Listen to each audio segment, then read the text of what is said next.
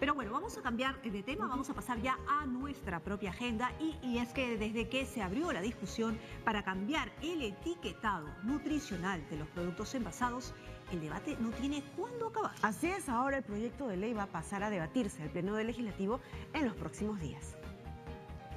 La Comisión de Defensa del Consumidor del Congreso aprobó el proyecto de ley del semáforo nutricional, modelo que sería implementado si se aprueba en el Pleno del Legislativo.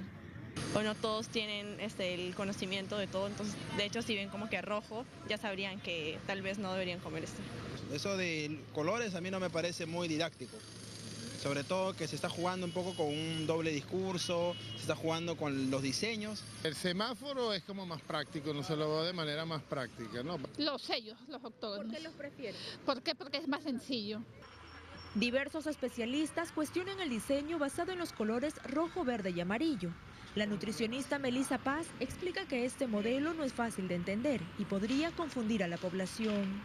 El consumidor no tiene que tener información necesariamente del número en este modelo, ¿no? Podría sí tenerlo en la tabla nutricional si quiere ver más allá lo que está consumiendo. Podríamos tener 200 gramos de tal, 150 gramos de tal, y para el consumidor ¿eso qué significa, no? La idea sería simplemente que lea alto, bajo, moderado y punto. Además de los colores, el diseño semáforo establece los valores de los nutrientes al interior de cada categoría. Es decir, la cantidad de azúcar, sal, calorías, grasas totales y grasas saturadas, de acuerdo al valor diario recomendado para cada uno de los nutrientes. A diferencia del modelo octogonal, no se consideran las grasas trans. Si yo tengo un alimento que tiene grasas trans elevadas, pero no grasas saturadas, posiblemente no lo vea con rojo en el etiquetado. Entonces lo voy a interpretar como un alimento que no es perjudicial para mi salud. Sin embargo, sí lo va a ser. El objetivo de la modificación del etiquetado actual es parte de las medidas del gobierno para combatir problemas como la obesidad, sobrepeso, entre otros. Muy bien, aquí entonces hay, digamos, autoridades que están enfrentadas. Por un lado está la propuesta del semáforo y por otro lado la de los octogonales.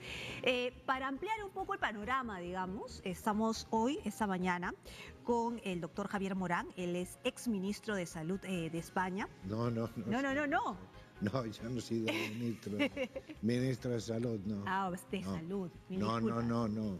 Yo soy catedrático de la Universidad Católica de Murcia. Perfecto, hecha la corrección. Entonces, vamos a hablar entonces de qué es el etiquetado nutricional de los alimentos, la experiencia también que se ha vivido en España y por qué aquí el etiquetado se busca que sea confrontacional a diferencia de otras experiencias. Por supuesto, ustedes tienen nuestras redes abiertas si quieren hacer algún tipo de consulta. Aprovecha que tenemos aquí un especialista. Nuestras redes sociales abiertas, al fanpage, el Twitter, @marcandoagenda y por supuesto nuestro WhatsApp, que es el más directo que se encuentra en pantalla, el 949-665-035. Empezamos entonces de plano. A ver, en base a su experiencia, ¿qué le parece las dos propuestas, ¿no? Tanto el semáforo como lo octagonal que se está presentando en nuestro país? Bueno, atendiendo a la literatura internacional y sobre todo a uno de los informes últimos de UNICEF, hay que decir que las dos propuestas son racionales y razonables. Lo que dice ese informe último de UNICEF y que es al mismo tiempo un resumen de la literatura internacional es que el semáforo sería interesante para mejorar las compras saludables, para ayudar al consumidor a comprar de forma más saludable, mientras que sistemas de aviso, lo que aquí llaman el octógono, serían sistemas que servirían más para la reformulación. Entonces, ambos se pueden utilizar y voy al centro del problema, que creo yo que era lo que estábamos comentando antes, y es que en la mayoría de los países se toman estas decisiones a partir de información sobre consumidores. Hemos visto ahí consumidores que estaban opinando si le gusta más uno, si entienden más el otro. Los dos últimos países que van a aplicar o que ya están aplicando el sistema de etiquetado frontal, Francia y Canadá, lo han hecho así. En Francia se han hecho estudios sobre consumidores de cuál era la mejor forma de entender ese etiquetado frontal y cuál era la manera de distintos etiquetados frontales para ayudar al consumidor a consumir mejor y más saludable. En Canadá se acaba de cerrar hace unas semanas una encuesta nacional con 5 modelos de etiquetado para que sean los canadienses los que decidan cuál es el etiquetado frontal que mejor entienden y que ellos entienden que les ayuda más. Ajá, eso sería lo más razonable, que sea el propio usuario el que decida. Obviamente, es que yo creo que lo que pasa muy a menudo en este tipo de proyectos normativos o regulatorios es que temas técnicos pasan enseguida a temas políticos. Y esto, como yo siempre he insistido, es un tema exclusivamente técnico. Y esto es un tema que tienen que debatir, pues básicamente las personas técnicas del Perú, que son las que conocen la situación del país. Ahora, hay una relación, estudio también, usted dirá bajo su experiencia, de que haya una relación efectivamente de una mejor información, una mejor alimentación en base a la información que se ponga en el etiquetado confrontacional. Sí, lo que pasa es que estamos hablando, en esto y conviene resaltarlo, estamos hablando de etiquetado en el frente del envase. Este etiquetado en el frente del envase en la mayoría de los países es un etiquetado voluntario. Lo que es obligatorio a nivel internacional son la lista de ingredientes y la información nutricional. Lo que parece de alguna manera raro es que un país que no tiene las propias normas de etiquetado, en Perú no hay una norma técnica local de etiquetado, se rigen por el Códex Alimentarios, que se haga dentro, bien es cierto, de una ley de alimentación saludable, pues que se promueva una ley sobre una parte del etiquetado, que es el etiquetado frontal. Ya, ¿y eso qué le da a entender? Digamos, ¿qué lectura le da? Bueno, me da una lectura que se ha querido dentro de un programa político de prevención de la obesidad y enfermedades crónicas no transmisibles, pues se ha querido meter un tema técnico de regulación en el etiquetado. Vamos a compartir también con los usuarios aquí unas claquetas que hemos preparado precisamente sobre este tema. A ver si nos puede ayudar, producción, no sé, aquí tenemos.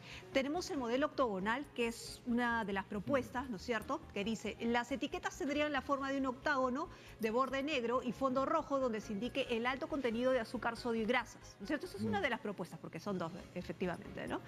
Uno de los argumentos, digamos, para tener este modelo es que el otro, que es el semáforo, ¿no?, vendría a ser como un semáforo en una pista, efectivamente, ¿no?, que se prenden todos al mismo tiempo y que podría confundir porque hay mucho más información y que esta sería más fácil.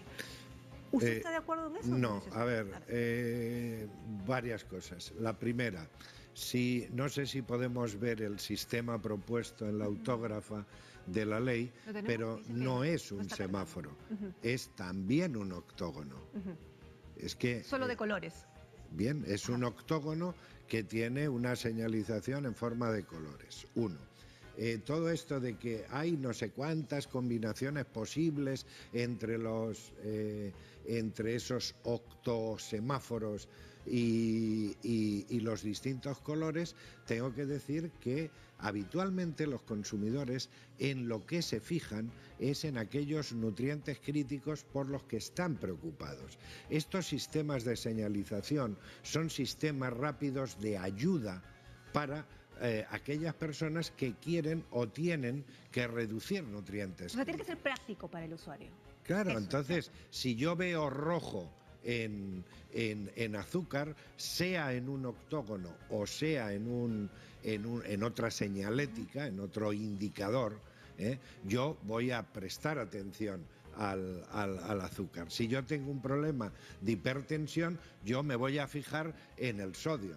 Es decir, todo esto que se está diciendo, aparte, mire, en la literatura internacional hay casi 80 artículos científicos que han establecido cuál es el entendimiento de los sistemas basados en luces de colores sobre el entendimiento, las compras por parte de los consumidores. De este sistema solamente, el sistema de octógonos, solamente existe en Chile. Y hasta este momento, y siempre lo digo, en Chile hay 0 estudios científicos sobre el modelo. Entonces, tampoco es porque en Chile funciona, sí. no pasa. Y este Mire, aquí tenemos este tema. Imaginemos que tenemos esta etiqueta y yo tengo un problema, por ejemplo, de colesterol. ¿Dónde me voy a fijar yo? En la parte roja, pero fijémonos que siguen siendo octágonos. Siguen siendo octágonos. ¿En dónde no me fijaría o me fijaría menos, o si quiero incrementar la cantidad de un determinado nutriente, me iría a fijar? En la parte verde. Es decir, esto de que no, es que si tengo los 3 colores al mismo tiempo, como en un semáforo, no sé si tengo que cruzar o no. Esto no va así. No, porque no es lo mismo, digamos. Claro, no estás en una vía. Pero ¿sabes lo que pasa? Que además es que estamos hablando, siempre se habla acerca de pareceres. No hay datos sobre eso. Es decir...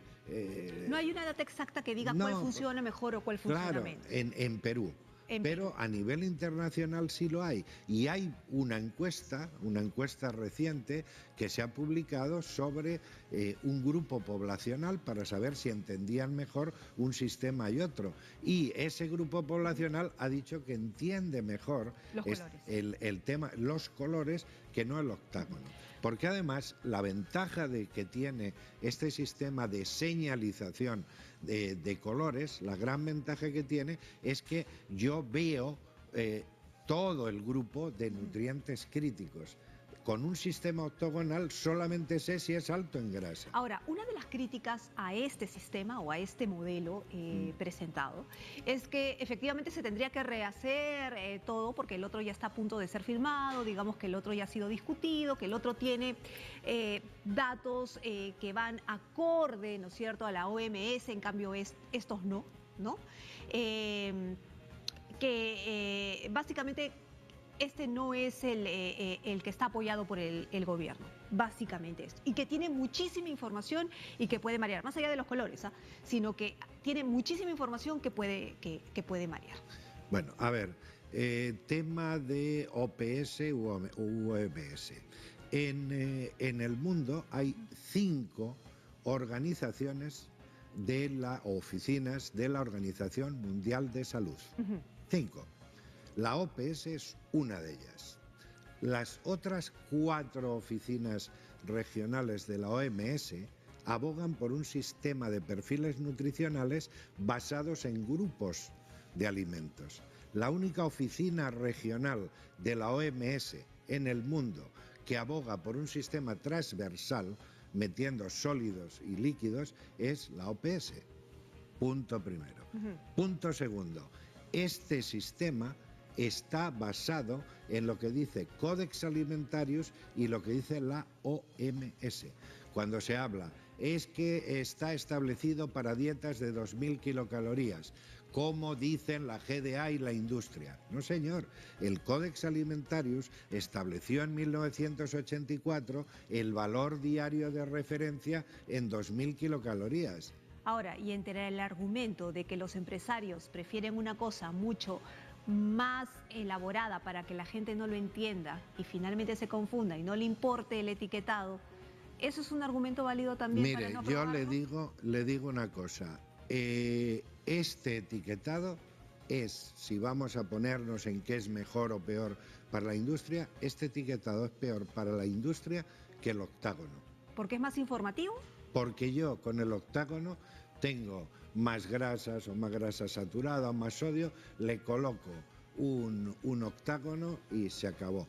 Pero este es mucho más informativo. Yo tengo las cantidades que me permiten comparar con otros productos. ¿Esa información ya no está en la tabla nutricional? Sí, está en la tabla nutricional en la parte trasera. Ajá. Estamos hablando de etiquetado voluntario en la parte delantera del envase. Esto se llama etiquetado en el frente del envase. Por supuesto, detrás es más tengo alerta. La información nutricional, es una alerta. Esta es una alerta. Me dicen que tenemos ya algunas preguntas de los usuarios que están llegando vía WhatsApp. Vamos a ver. Tenemos una aquí que dice, ¿cree que al poner etiquetado nutricional las personas consuman menos los productos procesados? Muchas gracias. Lo que se ha demostrado en los estudios científicos que hay publicados es que sí, que la respuesta es sí. ¿Hay una diferencia entre el etiquetado voluntario y el etiquetado frontal, como el que queremos nosotros, digamos? ¿Hay una diferencia entre el bajo consumo de alimentos procesados o no necesariamente? Bueno, los estudios, dentro de los estudios se han hecho, vuelvo a insistir, en estudios basados en indicaciones con luces de tráfico. ¿Y si ha bajado? Y entonces sí se reduce y se mejora la compra de alimentos saludables. Ahora, nosotros tenemos en paralelo una ley que ha salido sobre el impuesto selectivo al consumo en algunos alimentos procesados, las gaseosas, ¿no? Bueno, el alcohol, pero sobre todo las gaseosas, ¿no? Que tiene alto contenido de azúcar. Eso también puede ayudar a bajar, digamos, ¿se necesita, además del etiquetado, normas paralelas que ayuden a bajar este consumo? Depende. Han salido en los últimos meses 2 artículos muy interesantes, uno referido a la Ley Catalana de Bebidas Refrescantes y que está publicado por el grupo de Guillén López Casasnovas en la Pompeu Fabra en Barcelona, muy interesante, y el otro que es muy parecido al de Cataluña en California. ¿Qué dicen esos estudios? Esos estudios dicen que si el impuesto a bebidas refrescantes es sobre el retail, sí funciona. De hecho, en Cataluña, que el impuesto es sobre el retail, no es sobre el fabricante, se ha bajado el consumo un 22%. Cuando nosotros vemos, por ejemplo, los estudios realizados en México con el impuesto que se aplicó en México, esa reducción no llegaba al 3%. Es decir, si usted pregunta, ¿tiene interés un impuesto? Esto es lo que se llama en Europa los impuestos del pecado. ¿Tienen interés un impuesto del pecado? Pues yo le tengo que decir, de acuerdo con la bibliografía, si es sobre el retail, sí. Si es sobre el fabricante, no mucho. Ahora, ¿qué consideraciones debemos tener como país, digamos, y en qué tenemos que trabajar? Porque usted, al empezar la entrevista, lo que mencionó es raro que un país empiece por el etiquetado frontal cuando no tiene otro tipo de normativas que son, digamos, más de fondo. ¿Qué es lo que tenemos que trabajar precisamente? Porque esa es una de las críticas, además, que los nutricionistas en nuestro país dicen que no tenemos, ¿no? Todos los países del entorno tienen una normativa general en lo que se refiere a alimentos, tienen una normativa general sobre alimentos. En Perú se ha preferido tomar el Codex Alimentarius como referencia, pero yo creo que por las circunstancias del país, la idiosincrasia del país, parte de esas normas deberían ser publicadas y articuladas localmente. Y desde luego yo creo que una norma general de etiquetado sí lo debería ser, porque cuando uno ve los etiquetados en Perú, en unos hay GDAs, en otros la información nutricional es más tipo americana, en otro es más del tipo colombiana, en otro, entonces digamos de alguna manera homogeneizar la información, que es lo que realmente ayuda a los consumidores, porque está viendo productos que le ofrecen la misma información en los mismos campos visuales. Ahora, se habla mucho de que efectivamente hay intereses soterrados, y creo que en todos los países lo hay, de los grandes empresarios que venden estos productos, obviamente, ¿no? Los productos procesados, digámoslo así. Se habla a veces de concertación y qué sé yo. Y se habla mucho de que el Perú es uno de los pocos países que se sienta a conversar con los empresarios, no para pedirle permiso, pero sí, digamos que ese es el mensaje, ¿no? Para pedirle permiso a los empresarios para ver si se suben o no se suben en determinados productos. ¿Eso suele pasar en otros países? Tan suele pasar que, por ejemplo, en España, hace 2 meses, se ha firmado el Plan Nacional de Reformulación de Alimentos. En España no existe este tipo de ley porque se ha sustituido por un plan concertado entre la industria de alimentos y el Ministerio de Salud, junto con la Agencia Española de Consumo, Seguridad Alimentaria y Nutrición. Entonces, es lo único que funciona. Es decir, a nivel internacional, lo único que funciona es eso. En Europa, el Consejo Europeo y la Comisión Europea, en el año 2016, hicieron unas recomendaciones a los Estados miembros para que se acercaran a las empresas con vistas a que se lograse una reformulación de los productos de tal manera que en el año 2020 hubiera una gran cantidad o la mayoría de los productos reformulados y reducidos básicamente en grasa saturada, en sodio y en azúcar. En Europa se hace hablando con la industria, no se hace a través de temas promulgando leyes. Y un tema, o haciendo lobbies. Bueno, un tema que es importante es en Europa. En Europa, una ley como esta de la alimentación saludable solamente se hubiera podido hacer con un informe económico y social de impacto. Antes de... Muy bien. Porque este es el otro problema. Este tipo de leyes tienen un impacto económico y no solamente en la industria. Muy bien. Tenemos otra pregunta. Sí. Dice, ¿dónde puedo encontrar más información sobre estas normas del etiquetado? ¿Alguna web? A ver, sobre las normas de aquí del... O sea, para hacer un comparativo, yo creo que eso es lo que plantea el... Pues hombre, yo creo que poniendo en Google ley de alimentación saludable, y le sale. Ahí va a tener un montón de Pero tiene, información. digamos, algún tipo de literatura específica e interesante que le puede proponer. A ver, en la web de la ECOSAN, de la Agencia Española de Consumo, Seguridad Alimentaria y Nutrición, hay una parte que es de etiquetado y de perfiles nutricionales que es muy interesante porque es muy práctica y es la web, me parece que es aecosan.msc, que es Ministerio de Sanidad y Consumo.es. Muy bien. Muchísimas gracias por haber venido. Hemos aprendido bastante sobre el etiquetado y sobre todo hemos podido comparar otras realidades con la nuestra y que nos falta mucho todavía sobre legislación respecto a la alimentación saludable. Conversábamos entonces con el doctor Javier Morán, catedrático de la Universidad Católica de España. Muchísimas gracias. Gracias. Hacemos una pausa y volvemos con más Enmarcando Agenda. Muchas gracias.